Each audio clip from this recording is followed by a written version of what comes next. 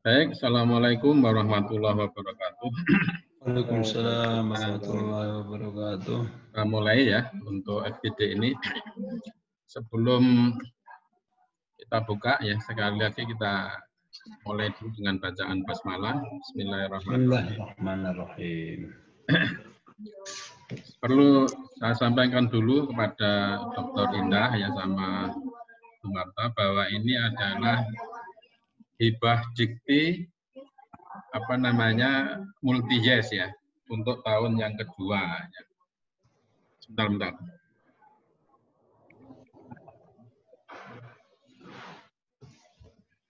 Oke. Kemudian untuk tahun yang pertama ya seperti yang sudah kita sampaikan itu adalah terkait dengan terkait dengan blueprint tapi dalam bentuk model ya. Sedangkan untuk tahun kedua ini kita bentuknya juga blueprint tapi dalam bentuk naskah akademik ya. Sampai dalam bentuk raperda, kira-kira begitu. Ada banyak pihak yang kita libatkan di dalam penyusunan blueprint ya. Pengelolaan bencana daerah pengelolaan bencana longsor ya Kabupaten Ponorogo dalam aspek sosiologis ya. Baik dari unsur eksekutif, akademisi, legislatif ya. Dan beberapa pihak yang lain termasuk dalam hal ini adalah kepala desa ya, kepala desa terutama yang masuk klaster desa tangguh bencana itu di situ. Dalam rangka untuk penjaminan mutu ya, baik dalam arti perencanaan, proses maupun hasil, kita melibatkan UGM sama juga UNER ya.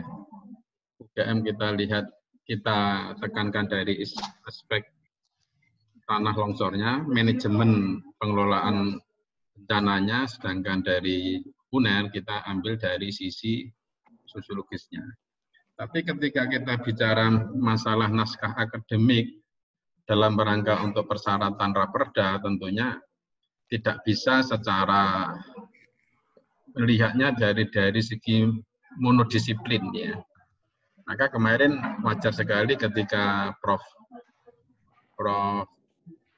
Mustain ya, Masud itu ya memang beliau bicara dalam perspektif sosiologis dan memang begitu. Tapi perlu saya ingatkan kita lebih banyak menggunakan karena ini masuk hibah penelitian terapan, kita lebih banyak menggunakan multidisiplin ya. Terutama dari aspek pemerintahan ya, dari aspek hukum dan sebagainya ini. Maka inilah relevansinya kita menghadirkan Dr. Indah sama Bu Marta ya untuk melakukan kajian kritis ya, pengayaan untuk menyusun formulasi sehingga naskah menjadi lebih berkualitas lagi. Saya kira itu sebagai pengantar ya. Untuk selanjutnya perlu saya perkenalkan dulu ya, Dr. Indah ya, kepada tim ya. Saya perkenalkan dulu dari tim kita ya. Pertama adalah Dr. Setiawan bin Lahuri ya. Bisa nunjuk tangan? Iya, Bu Indah. Selamat siang. Beliau selagus menjadi wakil rektor 2 ini. Enggak gemen-gemen tim kita ini. Kemudian yang kedua itu Bapak Kiai Dr. Muhammad Al-Ghazali ya. Di lorong gelap itu. Assalamualaikum ya. Juga wakil dekan syariah kebetulan. Selain pokoknya berbobot juga ini beliau. Bobotnya lebih dari 50 yang jelas. Pokoknya mantap Dr. Indah. Terus yang ketiga kita juga melibatkan Dr. Ehwan Mahmudi itu sebagai pengelola ya. Kita menjelaskan aspek pemerintahan daerahnya, baru nanti Bu Marta ya. Ini yang selalu kita minta untuk mendampingi dari aspek hukumnya itu di situ. Itu Dr. Indah. Lah untuk selanjutnya saya coba memperkenalkan dulu untuk Dr. Indahnya ya. Kemarin sudah coba kita kirim sebenarnya, tapi tidak ada salahnya coba kita tayangkan untuk biodata Prof. Indah, calon profesor insya Allah. Amin, amin. Sebentar, dokter ya. Bu Dan Marta, saya agak fakultas hukum mana, Ibu? Ya, sebentar. kok tadi mainnya nggak sudah tak ini ya.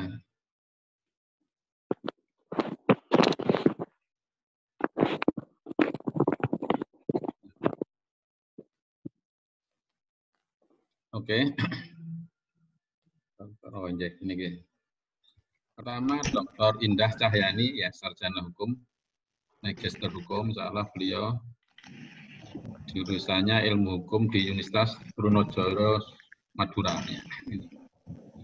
Konsisten di UNER ya Bu ya. Kalau tahunnya mungkin juga jadi, tahunnya jadi junior saya. No. Tapi kepangkatannya selevel ya Bu. Kira-kira itulah mengenai penelitian sudah banyak ya, terlibat dalam di sini ada penegakan hukum terhadap pencemaran udara, ada analisa yuridis pembentukan fungsi yudikatif pada sistem pemerintahan desa, hak konstitusional atas pelayanan publik dan sebagainya. Saya kira ini beberapa riwayat singkat ya dari beliau.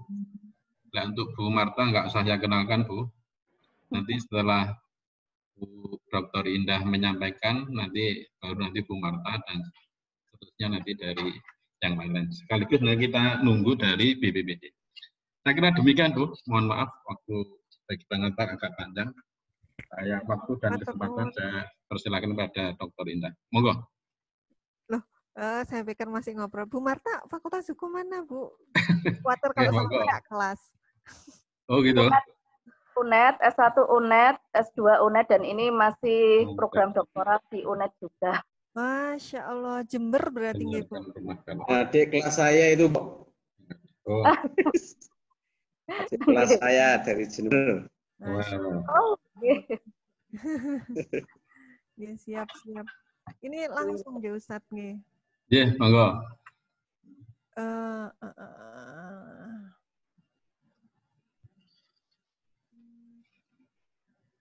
Saya mulai dari mana dulu nih? Dari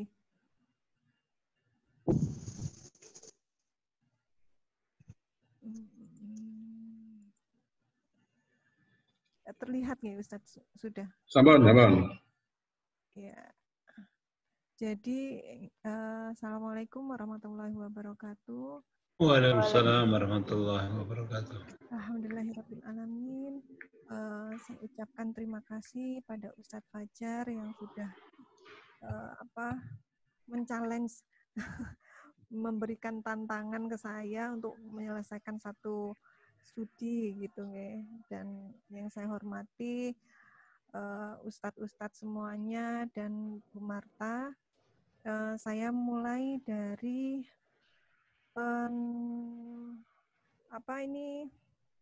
hasil penelitian hibah nggih Ustadz nggih. Iya, betul. Jadi awalnya ini saya berarti salah sangka Ustadz. Saya pikir ini itu adalah naskah akademik. Ternyata kami Indah. Awal saya melihat itu sudah seperti itu juga. Nah, kan Masya Allah. Ya, berarti sama ini. Jurusnya sama berarti. Meskipun beda padepokan, tapi cara pandangnya sama. Oke. Jadi ini judulnya kan pengelolaan bencana longsor Kabupaten Ponorogo. Nah, saya berasumsi bahwa ini adalah naskah akademik. Kalaupun bukan naskah akademik, karena ini merupakan penelitian, harapan saya di sini banyak sekali kosakata sosiologis. Nah, kaitannya dengan naskah akademik itu adalah bahwa naskah akademik itu ada 3 komponen. Jadi, pertama komponen historis, yang kedua sosiologis, yang ketiga baru yuridis. Jadi dari urutannya untuk masalah naskah akademik, analisa yuridis itu adalah analisa terakhir setelah studi historis dan studi sosiologis itu final. Nah, ketika saya dipasrahi challenging ini ya, studi yuridis ini, maka saya menerima dokumen-dokumen ini sebagai sebuah raw material. Jadi dia adalah bahan baku yang bisa saya gunakan, yang bisa saya olah untuk saya ekstraksi menjadi draft-draft usulan peraturan begitu. Maka jadilah saya Ustadz men-screening ini dokumen naik turun sampai 7 kali. Saya berusaha untuk memberikan catatan-catatan mana bagian-bagian penting yang itu merupakan ruh atau inti dari sajian yang diinginkan untuk bisa saya jadikan bahan di dalam draft naskah peraturan daerah. Nah, apalagi kita melihat judulnya ini pengelolaan bencana longsor Kabupaten Ponorogo dari aspek sosiologis. Wah, sudah saya senang sudah ada kata sosiologis. Saya cari Ustadz, karena hasil catatan saya dari naskah ini perso nggih, saya kursornya gerak ini.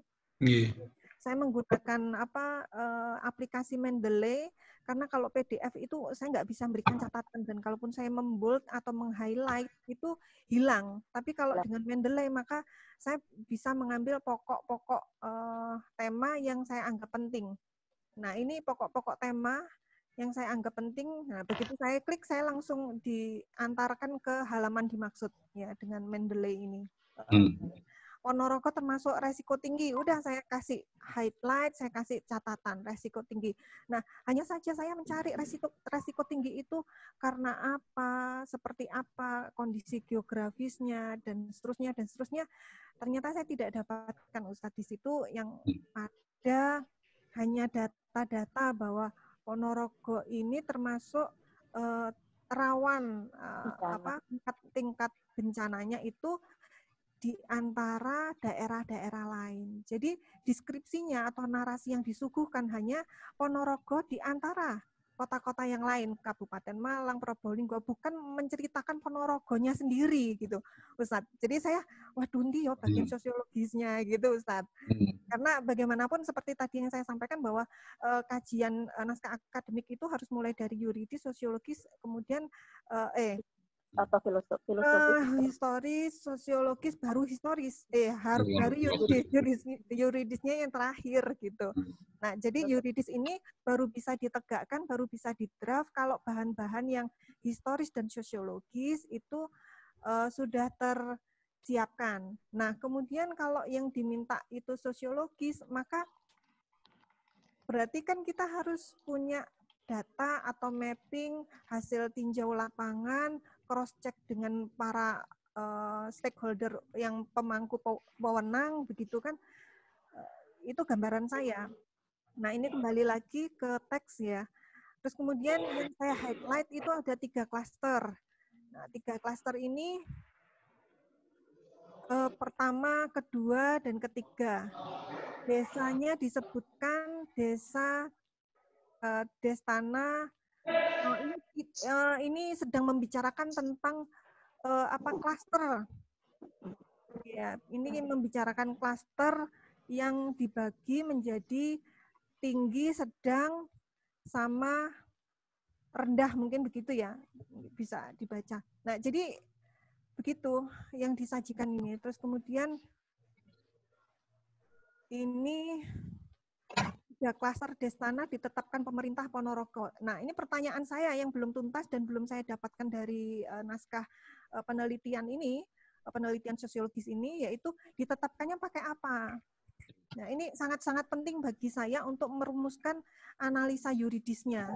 Ya, di narasi ini hanya disampaikan sudah ditetapkan oleh pemerintah, gitu. Gitu saja bunyi narasinya. Mungkin catatan-catatan itu tadi bisa di spot-spotnya bisa di note gitu, sehingga nanti bisa ditinjau apakah sajian sosiologisnya sudah cukup untuk memberikan bahan masukan bagi bahan baku untuk pembuatan draft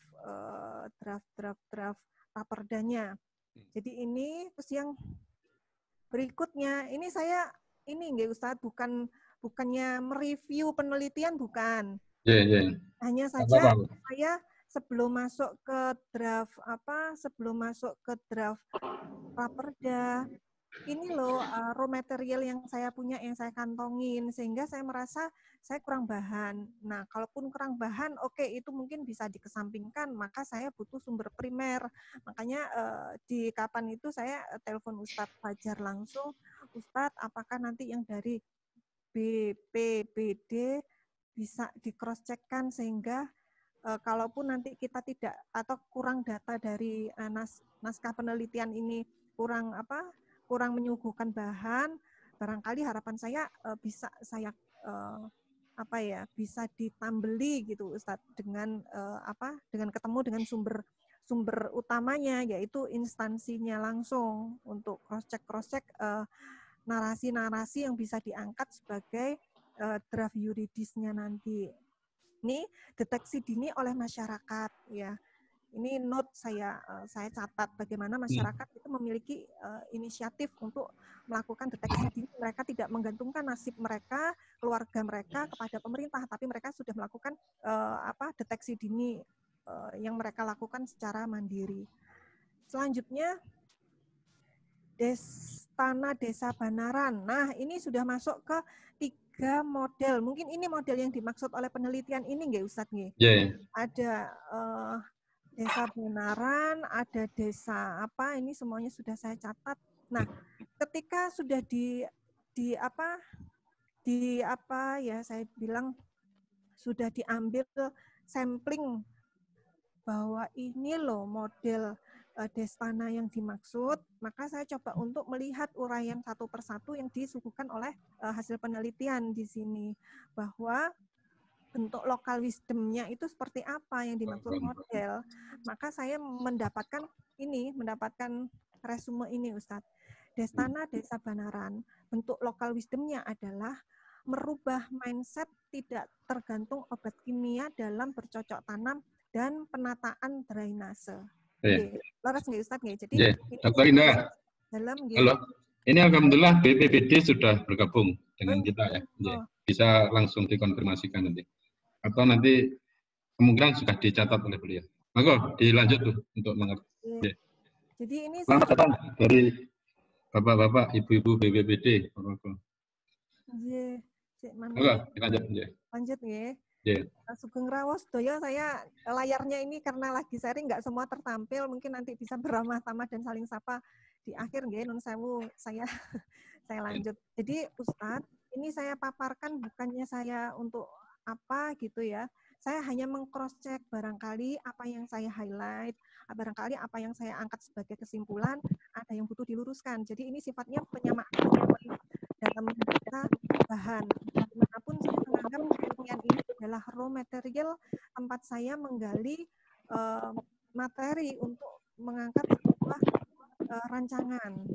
Jadi tadi local wisdom yang dianggap dimiliki oleh desa di sini disebut Desa Banaran itu ini tadi penataan drainase. Jadi Banaran uraiannya ada di atas ini Desa Banaran. Nah, ini saya meng-highlight yang local wisdom-nya saja. Kemudian Desa Juruk nih. Betul. Nah, ini yang Desa Juruk. Yang saya highlight dari Desa Juruk adalah bahwa Desa Juruk ini local wisdom-nya kesiapan sumber daya manusia, pemanfaatan anggaran dana desa. Apa ada yang lain? Mungkin ada tambahan dari local wisdom yang saya highlight dari Desa Juruk yang dijadikan model dalam penelitian. Selanjutnya, Desa Dayakan. Nah, ini Desa Dayakan, local wisdom-nya adalah pengangkatan kawasan wisata, paduan hutan, revitalisasi air. Ini dari Desa Dayakan yang ketiga. Nah, selanjutnya, kemudian yang saya ini agak kaget, Ustadz. Nah, ini mungkin saya di sini agak apa ya, agak menghakimi, agak menjudge, tapi di sini bukan menghakimi atau menjudge hasil penelitian, bukan saya bermaksud menjudge hasil penelitian, tapi saya lebih kepada menjudge bagaimana kebijakan pemerintah. Ini saya sampaikan analisa saya adalah bahwa saya kurang setuju, Ustadz, kebijakan pemerintah yang strategis dan itu merupakan kebijakan yang menaungi kepentingan banyak orang. Ketika kebijakan itu diwujudkan dalam bentuk nominasi. Jadi nominasi itu maksudnya apa? Lomba. Satu ketentuan hukum, ya, obligasi hukum itu berarti kewajiban hukum, ya. Kewajiban hukum di sini yang dibahas oleh penelitian dan diharapkan oleh semua yang hadir di sini itu adalah kebijakan yang bisa memberikan kewajiban kepada stakeholder, baik masyarakat maupun instansi dan pihak-pihak yang terlibat untuk melakukan sesuatu agar terjadi pencegahan bencana atau penanggulangan bencana, kan begitu. Tapi ya seperti halnya budaya pemerintah pusat itu selalu menjadikan sesuatu yang penting itu justru sebagai topik perlombaan. Oh, nggak bisa, okay.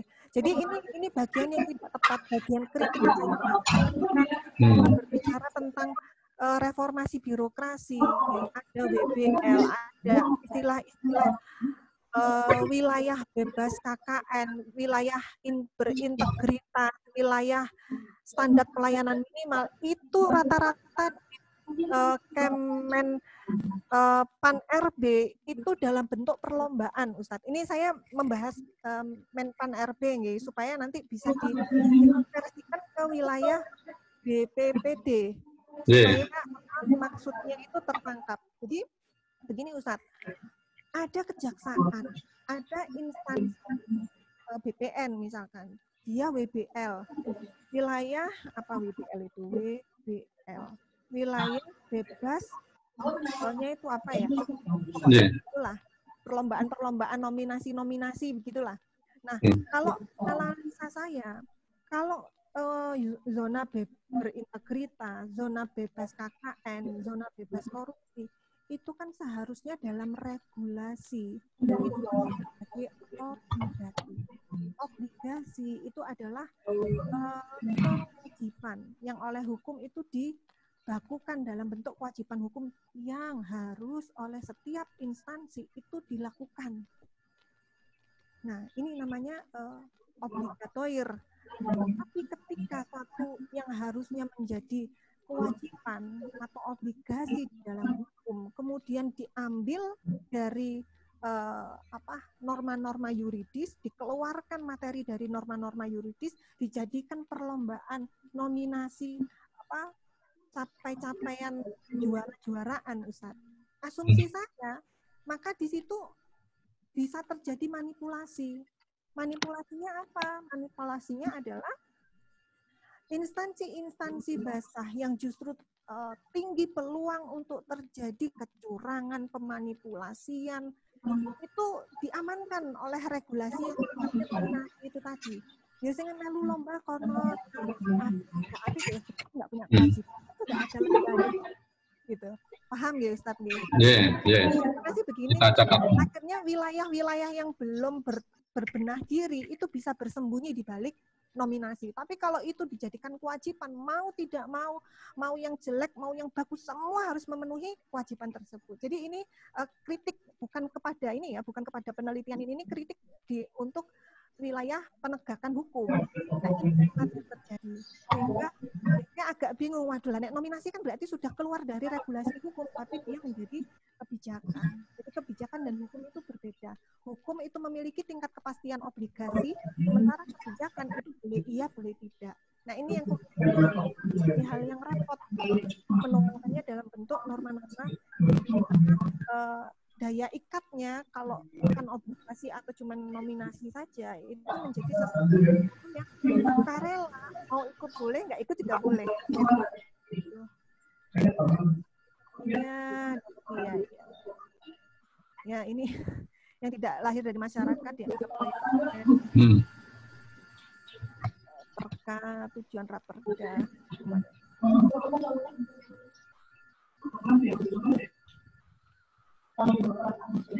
Nah, ini di sini disebutkan upaya pencegahannya. Alenia ini berusaha menguraikan ini loh upaya pencegahannya. Tapi saya cari di sini, adapun pencegahan bencana, pra bencana dapat dilakukan tindakan pencegahan, tindakan mitigasi, tindakan kesiapsiagaan. Sedangkan pasca terjadi bencana dapat dilakukan tindakan tanggap. Nah, ini adalah pokok-pokok bahasan menurut saya yang masing-masing pokoknya itu butuh dijabarkan realisasinya di lapangan seperti apa. Jadi di sini saya merasa bahwa bahan kita ini bahan yang sangat minim untuk menjadi norma hukum yang baik. Selanjutnya saya masuk ke draft raperda nggih. Nah, ini ternyata ini ngapunten, barusan saya buka filenya, itu ternyata yang saya lihat bukan PP nggih Bapak Ibu nggih. Ternyata adalah Undang-Undang 24 Undang-Undang 27 apa 24 ya tadi. Sebentar. 44 tahun 2007. Ini undang-undang. Kan PP, saya mohon maaf ada kesalahan melihat. Saya kembali ke perdanya. Jadi ini Salam. Ini ketentuan umumnya, Bapak Ibu, saya langsung copas dari undang-undangnya. Jadi sebelum membahas ke draft ini, saya coba untuk menjelaskan seperti halnya yang mungkin sudah dijelaskan oleh Ustadz. Tadi yang bagian hukum, mungkin Bu Marta, juga Ustadz Ikhwan Mahmudi juga mungkin mahfum dengan apa yang akan saya sampaikan, bahwa kenapa kok saya ini belum copas, bukannya karena apa-apa, karena kita posisinya ada di daerah, Bapak Ibu sekalian. Seperti halnya negara kesatuan, ketika kita posisi ada di daerah, maka daerah itu memiliki kewenangan untuk mengatur, sementara pemerintah pusat itu memiliki kewenangan untuk mengatur. Ya, apa yang sudah menjadi dari pemerintah pusat itu daerah tidak boleh bikin aturan itu, sehingga aman ketika sifatnya hanya meneruskan saja aturan yang ada di tempat, sembari menambahkan konten baru yang sifatnya lokal. Ya, makanya muatan lokal tadi itu saya berharap bisa saya dapatkan di lokal misalkan tadi gitu.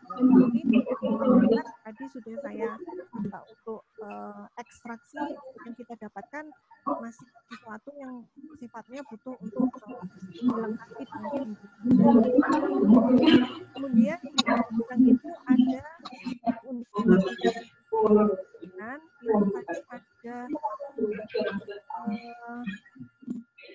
agak sedikit berbeda. Yang terakhir itu ada landasan hukum. Nah, landasan hukum ini saya hilangkan. Ini Ustaz. Landasan ini. Saya sisakan asas dan tujuan saja.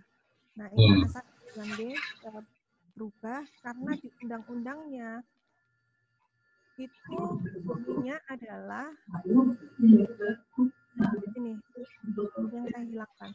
Penanggulangan bencana berlandaskan Pancasila dan Undang-Undang Dasar Republik Indonesia.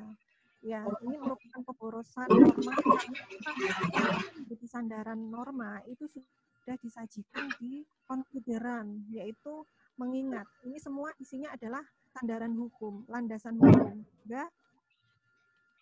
Lo mengingatnya kok gak ono. Ingatnya dalam undang-undang hilang ya, langsung pasal 1, harusnya mengingatnya ini panjang. Berarti ada yang hilang. Jadi ini adalah konsideran sandaran hukumnya, bisa dilihat ya undang-undang diulang lagi dengan mencantumkan bilang ini pasal pemborosan, maka di draft saya buat asas-asas asas dan tujuan. Sebenarnya ini bahasannya dalam banget, Ustaz. Asas tujuan ini cuman karena problem legal system kita yang kurang bagus, sehingga asas dan prinsip hukum itu kurang memiliki kekuatan terhadap law enforcement. Tetapi ya kita lah, daripada saya pikir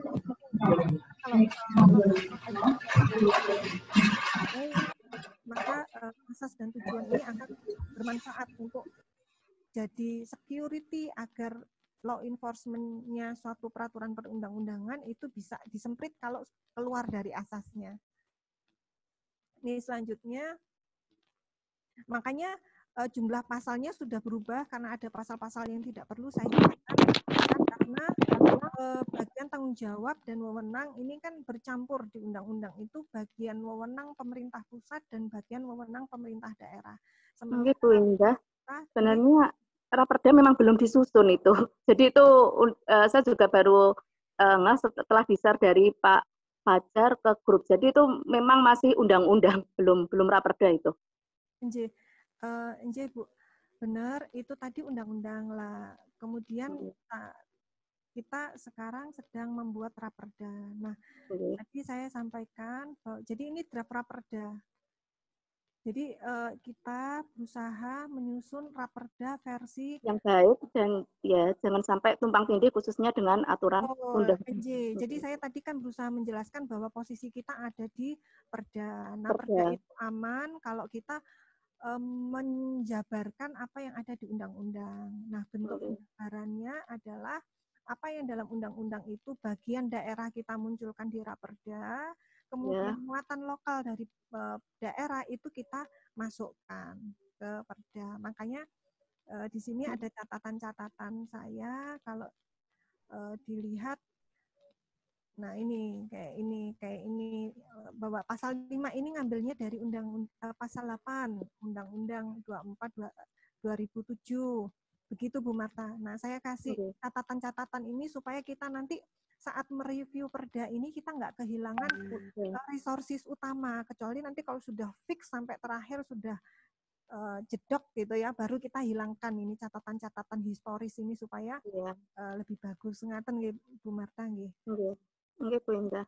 Benar, tanggung jawab dan wewenang ini sudah saya hilangkan bagian punya pemerintah pusat, saya sisakan bagian dari pemerintah daerah. Nanti ini sudah ya tanggung jawab, kita lanjut hak dan kewajiban masyarakat. Ini kayaknya belum muncul yang punyanya Bu Indah. Belum. Yang diterangkan ini ya? Ya belum ya? Belum. Ini yang lama tadi, ini masih model kemarin ya? Nggih. Itu Pak Fajar nggih. Belum. Ya. Untuk memunculkan yang baru yang dimaksud oleh Ustadz itu saya butuh ACC atau approval dari semua tim Ustadz, dan juga butuh cross check dengan suaranya Bu Indah nggak jelas. Ya Ustadz. Halo. Sudah bertambah keras Ustadz. Sampun. Jadi ini hak dan kewajiban masyarakat ini umum saya ambil, saya comot. Nah, ini undang-undang yang tadi jadi sandaran kita, Undang-Undang 24 tahun 2007, ini salah nggih Bapak Ibu, ini undang-undang. Itu kan penanggulangan bencana. Saya sudah kontak Ustadz nggih. Ustadz ini penanggulangan bencana atau tanah longsor. Jawaban Ustadz tanah longsor. Maka saya mohon izin dan approval semua tim untuk bencana itu saya tambahkan kalimat ini. Nggih. Bahwa bencana saya kasih tambahan tanah longsor. Nah, ini belum saya eksekusi semua. Nanti kalau misalkan sudah oke semua tim ACC, baru saya petani satu persatu kalimat-kalimatnya, saya search untuk setiap kalimat yang ada penanggulangan bencana ditambahi tanah longsor. Peran lembaga kemarin juga saya izin untuk dikepras karena ini pendobelan aturan apa ini namanya? Ambigu jumbo dengan perda tentang OTK, organisasi tata kerja. Plek itu sama. Jadi saya pikir udah nggak perlu. Jadi tambahlah yang namanya pasal ini tambah nggak sama. Di sini pasal 31, di sini masih pasal 11. Penyelenggaraan penanggulangan bencana bagian ke-1. Nah, ini yang kemudian butuh di screening satu-satu karena ini bagian jiwa dari perda yang mau digolkan. Nah, ini di catatan saya penanggulangan bencana usul substansi tanah longsor ditetapkan di sini. Jadi saya bacakan satu persatu nih, Bapak Ibu. Dalam penyelenggaraan penanggulangan bencana, pemerintah daerah menetapkan daerah rawan bencana menjadi daerah terlarang untuk pemukiman atau mencabut atau mengurangi sebagian atau seluruh hak kepemilikan setiap orang atas suatu benda sesuai dengan peraturan perundang-undangan. Menurut panjenengan itu belum muncul, Bu. Winda. Belum muncul itu. Belum muncul maksudnya? Presentasinya belum muncul itu. Masih yang lama. Yeah. Yang saya kirim belum ada. Yang dikirim yang tadi, berarti saya ya. Tak kirim. Panjenengan dulu. Panjenengan stop ininya.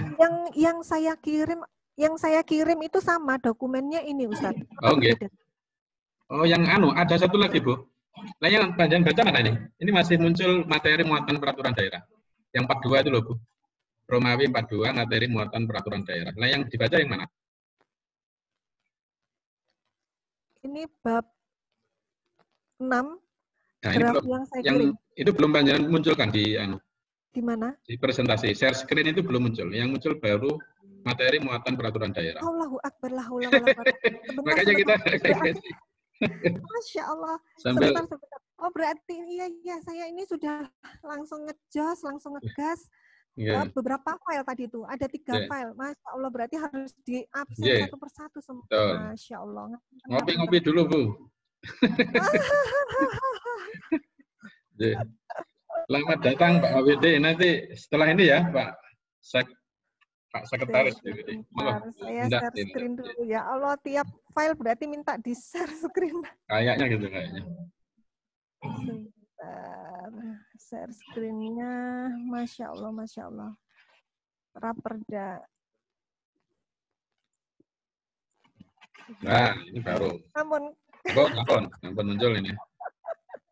Ya Allah, tadi tuh saya ngomong Bapak Ibu ini keliru ya, PP iya, ini. Aduh, berarti belum terser ya, padahal saya udah udah lari maraton ini di sini.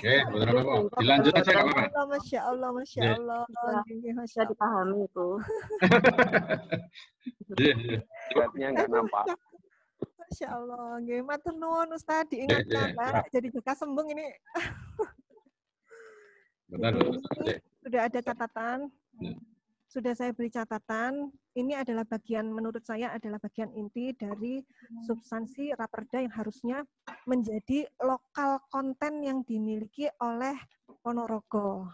Kalau yang di depan-depan itu sama-sama dengan Undang-Undang Penanggulangan Bencana. Nah, kemudian Bapak Ibu sekalian, di Undang-Undang 24 2007 tentang penanggulangan bencana itu ada ketentuan pasal 32 yang saya tuangkan di pasal 12 yang tadi saya bacakan, bahwa dalam penyelenggaraan penanggulangan bencana pemerintah dapat pertama menetapkan daerah rawan bencana. Kalau ini oke, berarti Perda Ponorogo ini harus menampilkan wilayah-wilayah di Ponorogo yang rawan bencana longsor itu apa saja, apa begitu. Terus yang kedua, mencabut atau mengurangi sebagian atau seluruh hak kepemilikan setiap orang atas suatu benda sesuai dengan peraturan perundang-undangan. Artinya Pemda melakukan ganti rugi kepada zona-zona yang dimiliki oleh private entity, dimiliki secara privat. Nah ini pripun, menurut panjenengan sedoyo, pasal ini mau dipertahankan atau mau dihapus atau mau dirubah? Monggo. Nah ini kan saya butuh mendengar dari para stakeholder. Ini langsung saya berikan kesempatan atau saya jalan aja dulu, Ustaz? Kira-kira berapa menit, Bu, itu? Waduh, kurang paham. Agak panjang ya? Karena ini bagian atau sementara gini, Bu. Halo, Bu Indah. Halo, Bu Indah. Ini Pak Sekretaris BPD mau ingin matur dulu. Oh, nggih. Dari Pak BPD dulu ya. Nggih, monggo. Nanti sekaligus yang tadi tinggal kita resep. Gak apa-apa ya Bunda, biar Enggak apa-apa Ustaz. Monggo Pak Sekretaris. Oke, belum bisa darat ya. Monggo ada dari Bapak Sekretaris untuk menyampaikan. Waalaikumsalam warahmatullahi wabarakatuh. Saya sekiranya Bu Indah. Oh ya, stop nih. Iya. Bapak Ibu peserta Zoom meeting yang berbahagia. Mohon maaf, ini kami dari BPBD Pak Alaksa tidak bisa hadir karena beliau ada acara di kabupaten, sehingga beliau mewakilkan kepada kami ini. Sebelumnya perlu saya perkenalkan, saya Restu sebagai sekretaris BPBD, kemudian Pak Jumari ini kepala bidang PK, kemudian yang sebelah kanan ini Pak Adin, beliau kepala bidang RR, kemudian di belakangnya Bu Marem, mungkin Ustadz Fajar sudah kenal lama dengan beliaunya. Selebritis juga betul. Kemudian di belakang kami ini Pak Arin, beliau salah satu kasih di bidang kedaruratan. Terkait, saya kira itu perkenalan kami Bapak dan Ibu sekalian. Kemudian terkait dengan pembahasan Zoom ini, kami menerima bahannya ini juga baru tadi, sehingga mungkin koreksi-koreksi dari kami tidak begitu banyak, tapi salah satu di antaranya ini terkait dengan telaah yuridis. Terkait dengan telaah yuridis ini ada beberapa mungkin masukan atau pertanyaan, saya kurang jelas juga. Pemerintah juga nyatet pertanyaan. Telaah yuridis tentang penanganan bencana kabupaten. Ini pertanyaan kami, apakah tidak sebaiknya penanggulangan? Jadi sebagaimana diatur di undang-undang maupun di PP-nya, istilahnya penanggulangan bencana. Itu yang nomor satu. Kemudian berikutnya di halaman 3 ini yang berkas yang perintah yang kami terima.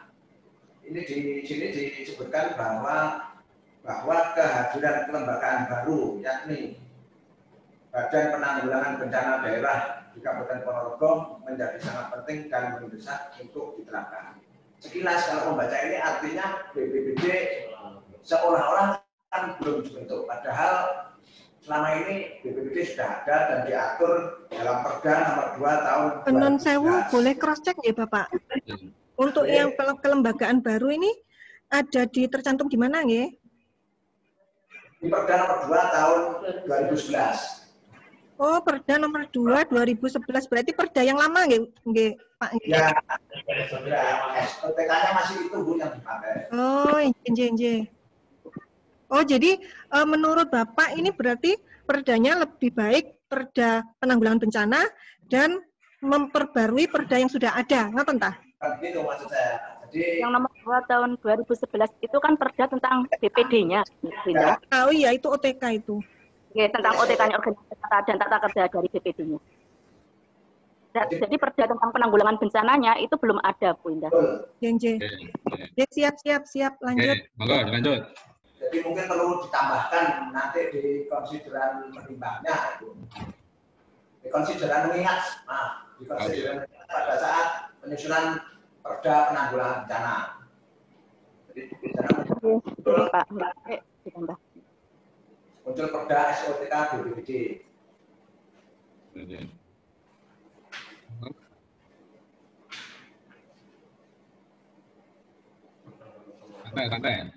Santai Pak. Kalau kopinya loh, kemarin tunjuk kopinya aja sepaneng ini. Sementara lanjut. Itu Bapak Ibu, masukan dari kami, khususnya dari saya sebagai sekretaris BPBD, kemudian mungkin ada masukan dari teman-teman bidang yang lain. Saya persilahkan, monggo mungkin. Atau sementara kita teruskan Bu Indah dulu ya, sama ya Bu ya. Kita anukan Bu Indah terus nanti baru kita kembalikan lagi pada BPBD. Ngerti ya? Oke. Waduh kok dari Makmuduro. Indah lanjut dan Bu Marta siap-siap, oke, monggo. Silakan. Pak Saiful masih pengamat ini, ada waktunya sendiri. Bapak Saiful Rahman. Nah, dulu. Monggo Bu Indah. Bu Marta, yang ini tadi gimana menurut jenengan? Apa tetap dicantumkan? Terkait dengan untuk konsiderannya, khususnya yang untuk mengingat memang peraturan daerah untuk DPD memang belum dimasukkan. Tapi ini dalam kan kemarin saya itu diminta sama Pak Fajar untuk menambahi tentang landasan filosofis dan landasan filosofis historis maupun yuridis untuk naskah akademiknya. Jadi saya memang belum konsen kepada raperdanya. Jadi masih konsen terhadap penyusunan naskah akademiknya. Ini memang kalau turunan dari yuridisnya itu tentang perda tentang Kabupaten Ponorogo, kemudian perda tentang BPD sudah saya masukkan untuk landasan yuridisnya, tetapi memang belum dimasukkan dalam konsideran raperda tentang penanggulangan bencana. Nah, kalau melihat dari yang ini, saya nggak apa-apa ya Pak Fajar, saya juga sekalian langsung menambahkan. Iya, nggak apa-apa. Nggih. Saya membaca beberapa jurnal yang dari UNS ada, kemudian dari UGM ada, itu tentang tadi yang jenengan tanyakan tentang historis dari Ponorogo. Saya sendiri juga bukan asli Ponorogo, gitu. Jadi akhirnya saya banyak mengacu dari jurnal-jurnal penelitian dari kasus Banaran, dari jurnal UNS. Ini kriteria longsor dari jurnal ini yang saya tangkap bahwa ada 149 desa di Ponorogo itu, ini nanti juga bisa dikrosekan dengan BPD, karena ini saya membacanya dari jurnal, itu ada 149 desa yang antara sedang sampai dengan kondisi rawan bencana. Nah itu. Kemudian memang secara geografis dari jurnal ini, daerah Ponorogo itu memang sebagian itu adalah daerah dataran tinggi, sehingga dengan daerah yang memiliki curah hujan yang ada beberapa daerah yang memiliki curah hujan yang tinggi sehingga terjadi rawan bencana longsor itu secara historisnya begitu. Dengan kenapa kok kemudian dalam penelitian Pak Fajar tadi dimasukkan bahwa Ponorogo itu merupakan daerah yang memiliki resiko tinggi bencana. Nah, itu mungkin data-data dari jurnal yang ada bisa dimasukkan untuk mengidentifikasi bahwa memang benar Ponorogo itu memiliki resiko tinggi dan butuh perda tambahan selain perda tentang BPD itu, yaitu tentang penanggulangan bencana. Niku Bu Indah. Tadi yang sudah dipaparkan oleh Bu Marta hampir secara general, walaupun kan nggak mungkin saya mencantumkan sekian desa, tahun sekian, terjadi bencana sekian kali. Nah, ini sudah terwakili kadosipun nggih Bu nggih. Nah, curah hujan tinggi, sering terjadi bencana tanah longsor nggih Bu nggih. Nggih Bu Indah. Itu sudah saya tambahkan dalam kemarin waktu tambahan, karena kan ini masih penelitian awal, jadi nanti penelitian lanjutannya kalau menurut Pak Fajar itu mau disusun sebagai naskah akademik, dan dari naskah akademik lah ini nantinya akan disusun raperda itu. Berarti ini ceritanya bim salabu nggih Bu Marta nggih. NA-nya belum selesai kita sudah ngedraft. Sakti ini berarti. Lah nggih, saya juga kaget waktu di Pak Fajar itu di grup itu juga saya lihat semuanya Pak, ini kok undang ke Bu mungkin dipetani bareng mawon, tapi naskah akademiknya gitu. Bentar, saya tak ngomong dulu. Oke, monggo. Fajar. Dirasani Pak Mak iki aku.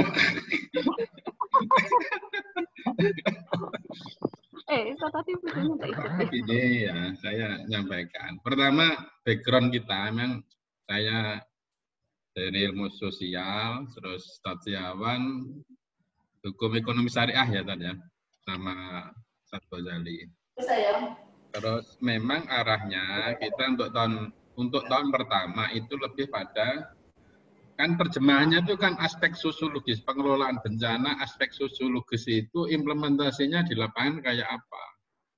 Terus kita identifikasikan muncullah namanya desa tangguh bencana itu. Itu modelnya gitu. Nah, setelah muncul desa tangguh bencana itu kita coba melakukan klaster sama pendalaman dengan teman-teman BPBD tadi gitu loh. Makanya memang di antara desa tangguh bencana itu mana yang paling memungkinkan mendekati ideal itu dengan segala kekurangannya, muncullah namanya desa tangguh bencana Tugurejo Selau. Memang sampai di situ aja Bu untuk tahun pertama itu, hanya memang laporannya itu tergelitik juga menambahkan kayak naskah akademik itu, padahal nanti yang naskah akademik itu di tahun kedua itu yang sedang panjenan garwa itu. Nah, untuk mengatasi berbagai keterbatasan dari kami dari tim, maka saya menghadirkan Bu Marta, Bu Indah Cahyani, nanti Pak Saiful Rahman itu untuk memperkuat sisi aspek yuridisnya itu kira-kira begitu. Setelah panjang baca kan kita baru tahu kan, oh kekurangannya di sini. Itulah nanti yang kita harapkan dari hasil pertemuan ini. Saya kira gitu ya, Bu Indah sama Bu Marta. Siap. Harap dimaklumi. Oke, sekarang dilanjut Bu Indah dulu ya. Oke.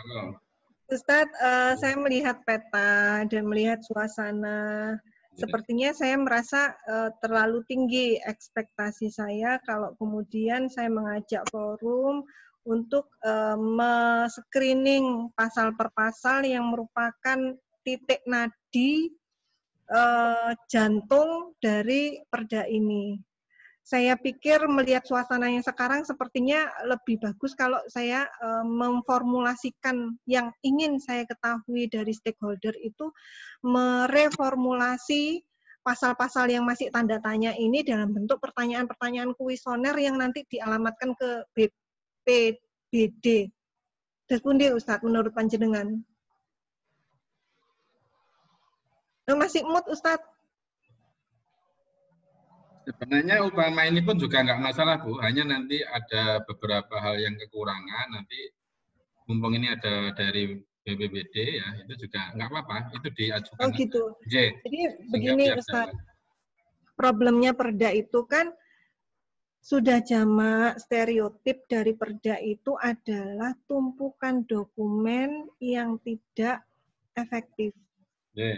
Ya, tetapi dari sisi saya dan harapan saya juga semuanya tentunya tidak mencita-citakan apa yang kita susun dengan susah payah itu menjadi dokumen-dokumen yang hanya ditumpuk saja. Ya, yang pastinya kita berharap apa yang kita lakukan itu bisa memberikan benefit buat masyarakat dan memberikan manfaat maksimal bagi pengurangan penderitaan masyarakat ya ketika mereka diuji, mendapat ujian berupa bencana alam. Nah, makanya saya berusaha untuk mencomot pasal-pasal yang saya anggap ini imajiner buat saya. Apakah mungkin pasal ini bisa dieksekusi di lapangan?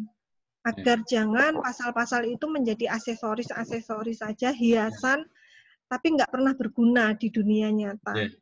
Nah, ini salah satunya pasal ini.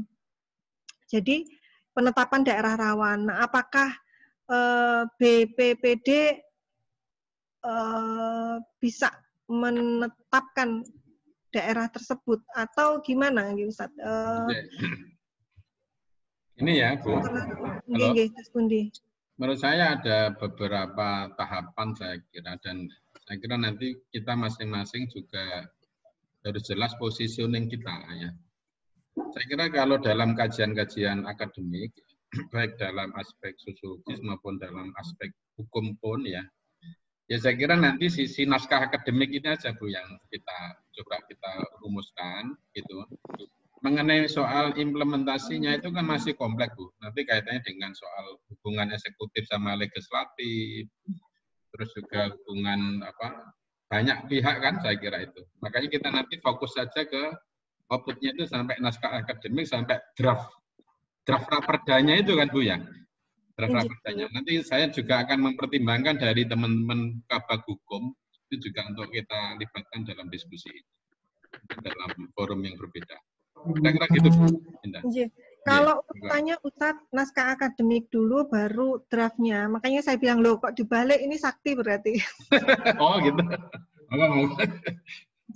Baik, saya ngikuti jenengan kali Bu Marta mawon, sekitane pripun.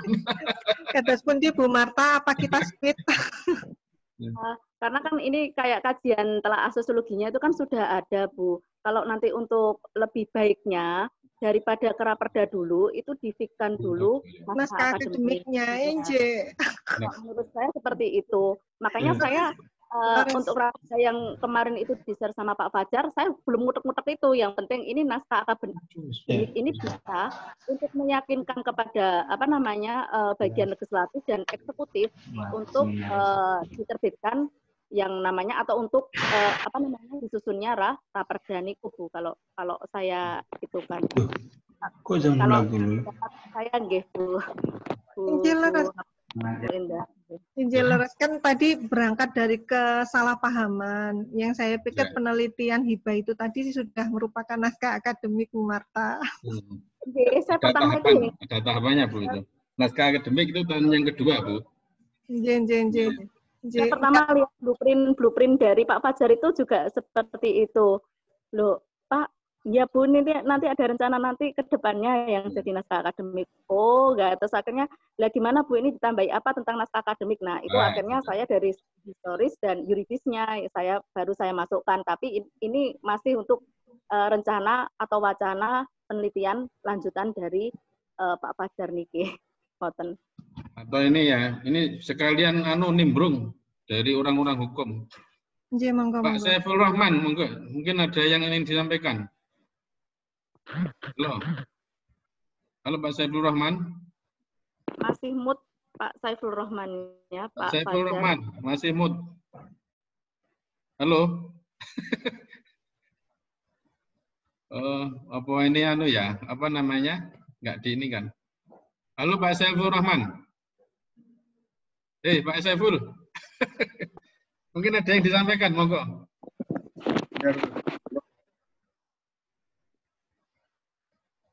Monggo Pak Saiful. Ada yang disampaikan. Ceritanya tadi begitu lah, terus tanggapan antum kira-kira seperti apa? Monggo. Jadi sebenarnya setelah saya tadi menyimak dari penuturan Bu Indah ini, memang ada pasal-pasal yang potensi konflik sebenarnya dengan warga, karena memang di sana ada yang menyebutkan bahwa pemerintah berhak mencabut, mengurangi hak kepemilikan. Ini kemungkinan besar bisa konflik dengan warga. Karena itu misalnya ini kalau seandainya diganti, mungkin lebih baik misalnya pemerintah berkewajiban untuk menggantikan tempat tinggal warga, misalnya dipindahkan ke tanah-tanah yang dikuasai oleh pemerintah atau tanah desa misalnya. Itu mungkin lebih aman sebenarnya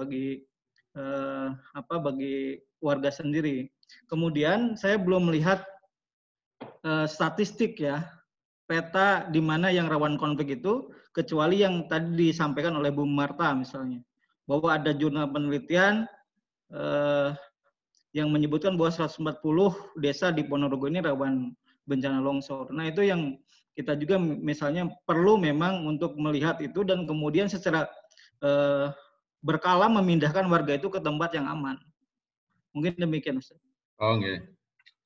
Terima kasih, Pak Saiful Rahman. Monggo ini kembali ke Bu Indah, Bu Marta dulu, ada yang disampaikan? Kata Bu Marta kayak siap-siap sudah mau menyampaikan. Ya, gantian dulu, monggo Bu Marta. Nanti Bu Indah biar monggo. Kalau nanti saya kerjasamanya dengan Bu Indah itu terkait pertama kita itu mengefikkan naskah akademiknya dulu aja Pak Fajar. Jadi ya gitu.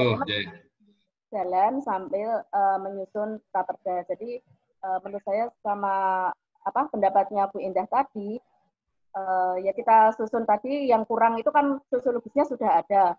Mungkin dari data sosiologis, contohnya dari bab 3 yang saya pelajari, itu bisa dimasukkan kajian empirisnya dalam penelitian sosiologi hukum.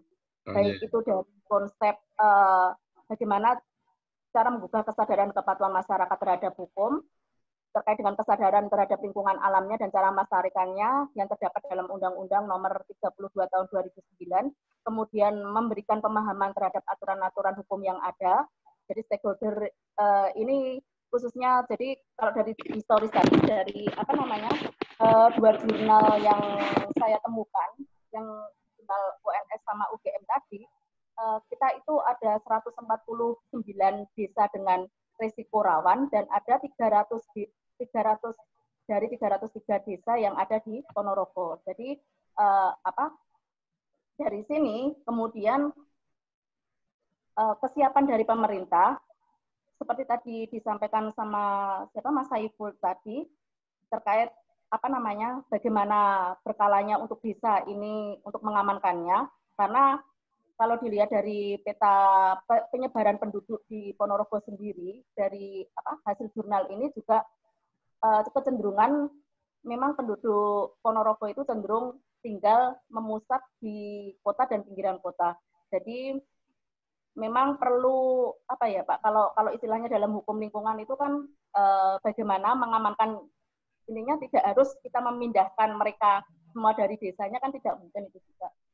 Tetapi bisa juga kita memberikan wacana, kemudian kita bisa membantu dalam artian menanami kembali bukit-bukit di Ponorogo ini yang rawan terhadap bencana tanah longsor. Nah itu. Kemudian peran pemerintah daerah, LSM, akademisi untuk memberikan pendidikan hukum yang baik, khususnya terkait dengan hukum lingkungan hidup. Kemudian kesiapan daerah, legislatif dan eksekutif dalam menyiapkan dan mengesahkan peraturan yang baik, khususnya nanti kan kita memberikan usulan tentang Raperda penanggulangan bencana, dan ini yang pernah saya lakukan pada tahun 2012 dengan salah satu LSM di Ponorogo, yaitu pengusulan naskah akademik dan Raperda tentang pada waktu itu pelindungan dan penempatan tenaga kerja Indonesia, karena dilihat dari data statistik Ponorogo itu termasuk 3 daerah terbesar penyumbang tenaga kerjanya ke luar negeri. Nah itu Pak Fajar. Jadi memang yang pertama itu saya itu kan sama LSM yang meminta bantuan saya pada waktu itu, ini sudah ada naskah akademiknya belum Bu, ini belum ada naskah akademik. Jadinya akhirnya kita siapkan naskah akademik, karena dengan kita menyiapkan naskah akademik itu untuk menyusun raperdanya itu lebih mudah Pak Fajar. Nah itu. Jadi kemarin sudah disinggung sama Prof. siapa? Mustain. Ya Pak Prof. Mustain, bahwa sebenarnya penelitian ini kalau untuk menjadi naskah akademik tinggal sosiologinya dirubah menjadi penelitian sosiologi hukum. Gitu Pak Fajar. Yeah. Untuk menjadikannya suatu naskah akademik. Nggih ngoten nggih Bu Indah nggih. Yeah. Berarti kemudian baru masuk kepada substansi aturan-aturan apa yang akan dimasukkan, baru kita split dan kita petani pasal-pasal. Yang pertama dari undang-undang, kemudian kita juga perlu melihat peraturan daerah dari BPD, jangan sampai nanti perda penanggulangan bencana alam yang ada di Ponorogo, khususnya tanah longsor ini, nanti tumpang tindih dengan Perda Nomor 2 Tahun 2011 tentang BPD. Oke, ngoten Pak Fajar dari ya. Berarti nanti ke depan Pak Saiful Rahman mempertajam ke sosiologi hukumnya ya, di samping nanti Bu Indah sama Bu Marta. Sekarang ini aja Bu Indah ya, dari BPD tadi mau katanya bidang-bidang mau ingin menyampaikan. Halo Bapak dari BPD, pripun? Yang dari bidang-bidang mau pripun? Halo, yang dari bidang-bidang tadi katanya mau menyampaikan Bapak. Monggo. Sepertinya yang dari bidang masih menunggu untuk informasi lebih lanjut. Yang pasti kami berharap tidak adanya benturan status maupun pasal yang memutuskan tentang kegiatan kebencanaan. Artinya seperti yang dikatakan oleh Bu Marta tadi, memang benar bahwa keberadaan BPBD jangan sampai ada pasal yang berbenturan. Oleh karena itu perlunya penelitian lebih lanjut. Barangkali seperti itu, Mas. Oh gitu. Ini Pak Arif toh ini. Oh iya, Pak. Pak Mandoko. Selamat siang. Siap. Saya sekedap, ditunggu sekedap. Jangan ada klarifikasi dari beliau. Monggo Bu Indah sama Bu Marta sama Pak Saiful kalau ada yang disampaikan ke teman BPPD. Jadi begini, seperti yang tadi saya sampaikan, bahwa pembuatan suatu naskah draft rancangan itu adalah next step dari setelah adanya naskah akademik. Sehingga ketika saya sampai kepada jantungnya, pusat dari perda, macet kan, maksud saya kita masih butuh pasal-pasal ini diverifikasi, diverify validitasnya. Ya, masuk ke wilayah penyelenggaraan penanggulangan bencana ini kan butuh saya cross-check sehingga saya butuh sparring partner untuk mendiskusikan pasal-pasal ini. Apakah pasal-pasal ini cukup efektif untuk dicantumkan di dalam raperda? Otomatis untuk mengetahui itu harus ada penelitian, harus ada kajian sosiologisnya, sehingga melihat situasi tadi saya mohon izin ke Ustadz untuk supaya saya perbaiki lagi mungkin untuk melibatkan stakeholder atau instansi yang berkaitan langsung. Bagusnya apa-apa yang pengen saya cross check bagusnya akan saya tuangkan dalam bentuk kuesioner, mungkin bisa dalam bentuk Google Form begitu yang nantinya diteruskan kepada BPPD supaya kita bisa tahu bagaimana implementasi real dari pasal-pasal tersebut sehingga kita bisa menakar apakah pasal itu pasal yang relevan untuk dituangkan, dipertahankan atau butuh untuk dihapus. Ngaten Ustadz, kalau menurut saya. Jadi masih butuh tahapan lebih lanjut Ustadz untuk memfinishing dari bagian bab tentang penanggulangan bencana. Ngaten Ustadz. Siap. Bu. Dari Bu Marta masih ada yang disampaikan juga, monggo. Intinya sama saya dengan Bu Indah. Oh, sudah. Jadi memang kita perlu untuk kembali lagi tadi memetani kembali dari aturan itu baik itu undang-undangnya dan perda yang sudah ada, khususnya kita tadi kan di Ponorogo itu sudah ada perda tentang BPD, yaitu nomor 2 tahun 2011. Tujuannya supaya nanti mana pasal yang dari BPD sudah ada ya jangan sampai dimasukkan ke dalam pasal dari raperda penanggulangan bencana ini. Kemudian benar kata Bu Indah tadi, kita juga harus melihat dari Undang-Undang nomor 24 tahun 2007 ada beberapa pasal memang ya cukup banyak juga ya. Ada pasal-pasal yang memang seharusnya tidak perlu ada di dalam perda karena sudah ada dalam undang-undang. Itu Pak Fajar. Jadi nanti tugas selanjutnya ya tadi yang jenengan mohonkan saya, Bu Indah sama Mas Saiful. Jadi kita insya Allah siap membantu Pak Fajar. Siap. Terima kasih. Gitu Bu Indah. Non sewu Ustadz, berarti Pak Saiful kita sepertinya butuh Zoom bertiga untuk saya gini aja butuh Zoom bertiga untuk membahas pasal per pasal, tapi sebelum dibahas harus tertransmisi, harus terdistribusi kuesioner ke gitu. Gitu ya nggih? Nggih, siap. Nggih. Lebih cepat Bu Indah nggih. Siap. Sampun nggih sebelum ke tim dari BPD dulu mungkin Bapak share screen-nya Bu. Share screen-nya. Ya. Ini seperti di pasal 13 saya mohon diunggah itu. Undang-undang apa? Undang-undang apa? Ini tadi baru aja yang dibuka itu tadi. Oh, yang 24. Ada penanganan kebencanaan itu di situ kan disebut ada ayat 13. Misalkan itu penyelenggaraan penanggulangan bencana terdiri dari 3 tahap meliputi prabencana, ya, istilah yang lebih tepat itu sebenarnya kesiapsiagaan dan untuk penanggulangan bencana, kesiapsiagaan. Pencegahan, prabencananya itu ada detailnya seperti itu. Kemudian saat tanggap darurat ada kesiapsiagaan ini, ada kedaruratan sendiri, kemudian juga masalah logistik dan penanganannya. Kemudian pasca bencana ada beberapa macam, ada recovery, ada rekonstruksi seperti itu. Jadi masih banyak temuan dari kami yang baru menerima ini tadi, baru menerima. Oleh karena itu perlu kami membahas agak serius dan benar apa yang dikatakan. Kalau ada listener kami masih bisa sangat membantu nanti. Oh, pada kali itu. Oke, matur suwun. Mantap. Halo Pak Ghazali, masih ada kah Pak Ghazali? Halo? Hilang. Ustaz Setiawan, ada yang disampaikan sebelum?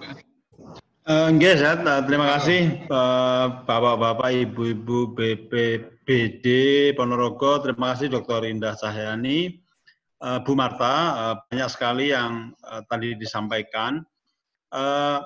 Saya melihat memang kita perlu waktu ya antara aspek sosiologis yang sudah dibuat oleh tim ini dan draft akademik yang kemudian akan dijadikan sebagai salah satu output, sehingga tadi kesanggupan Bapak-Bapak dan Ibu di BPBD Ponorogo tadi menurut saya penting sekali untuk kemudian nanti Bu Indah, Bu Marta, Pak Saiful Rahman bisa cross-check atau komunikasi ke BPBD, bisa melalui kuesioner, bisa melalui Zoom dan lain sebagainya.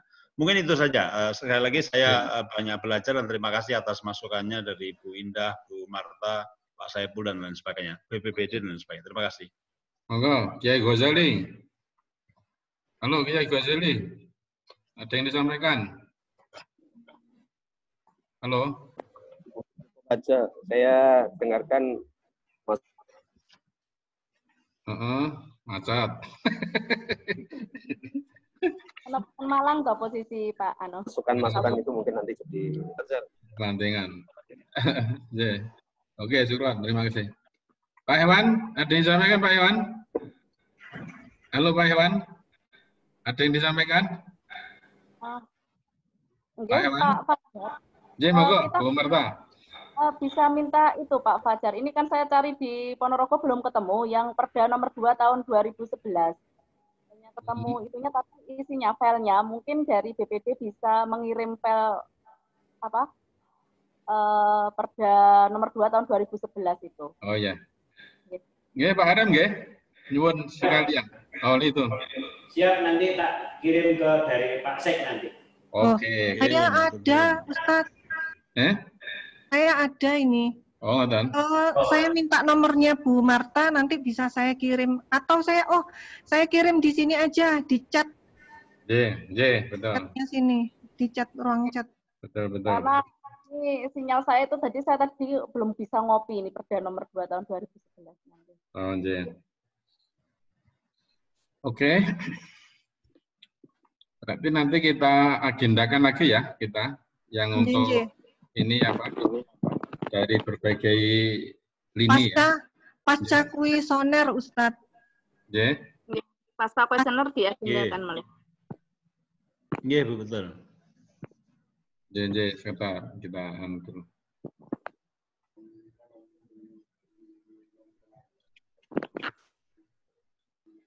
Sambil nunggu, mungkin Pak Ewan ada yang disampaikan. Monggo Pak Ewan. Sambil nunggu share dari Bu Indah, monggo. Pak Ewan, monggo. Dulu. Monggo dilanjut dulu. Oh, dilanjut dulu. Ada ini. Sambil disambi ini. Oh, alah.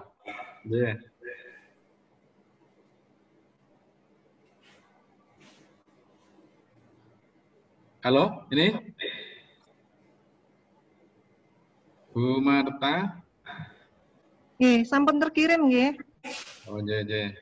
OTK BPBD Ponorogo. Iya, terima kasih Bu Indah sudah masuk.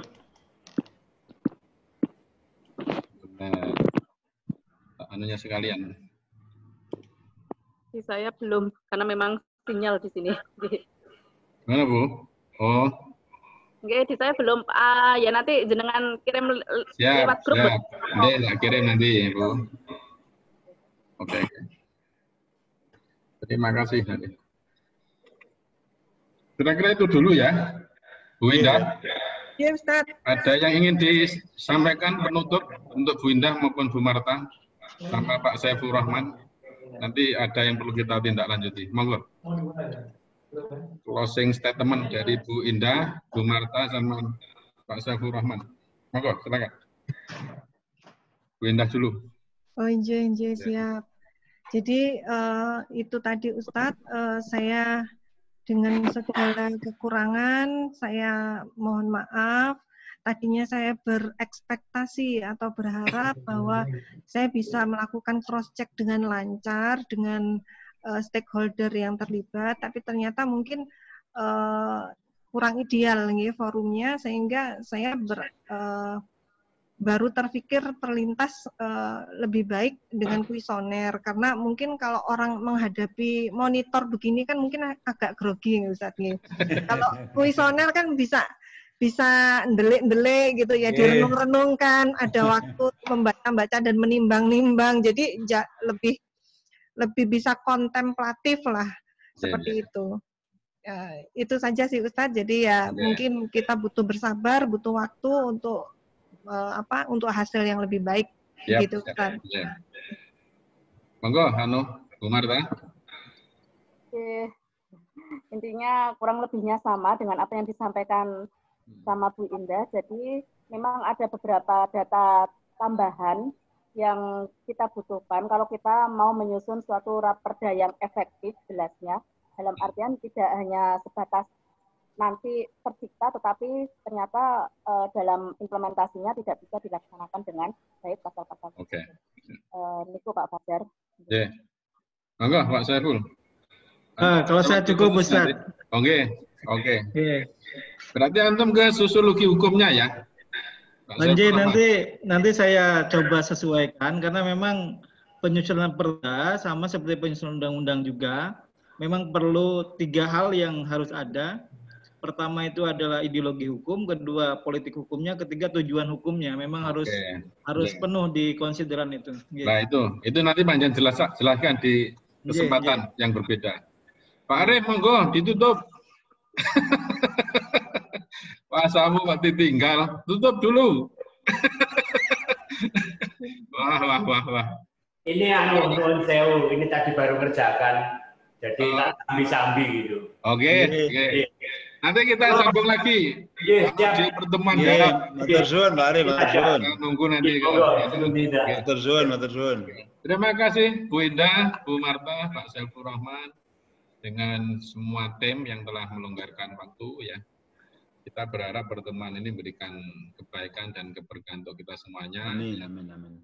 Kita tutup dengan bacaan hamdalah dengan kafaratul majlis. Assalamualaikum warahmatullahi wabarakatuh. Waalaikumsalam warahmatullahi wabarakatuh. Terima kasih nggih kalau tutup nggih. Nggih, matur nuwun Ustaz, Bu Marta, Pak Saiful, Ustaz semuanya.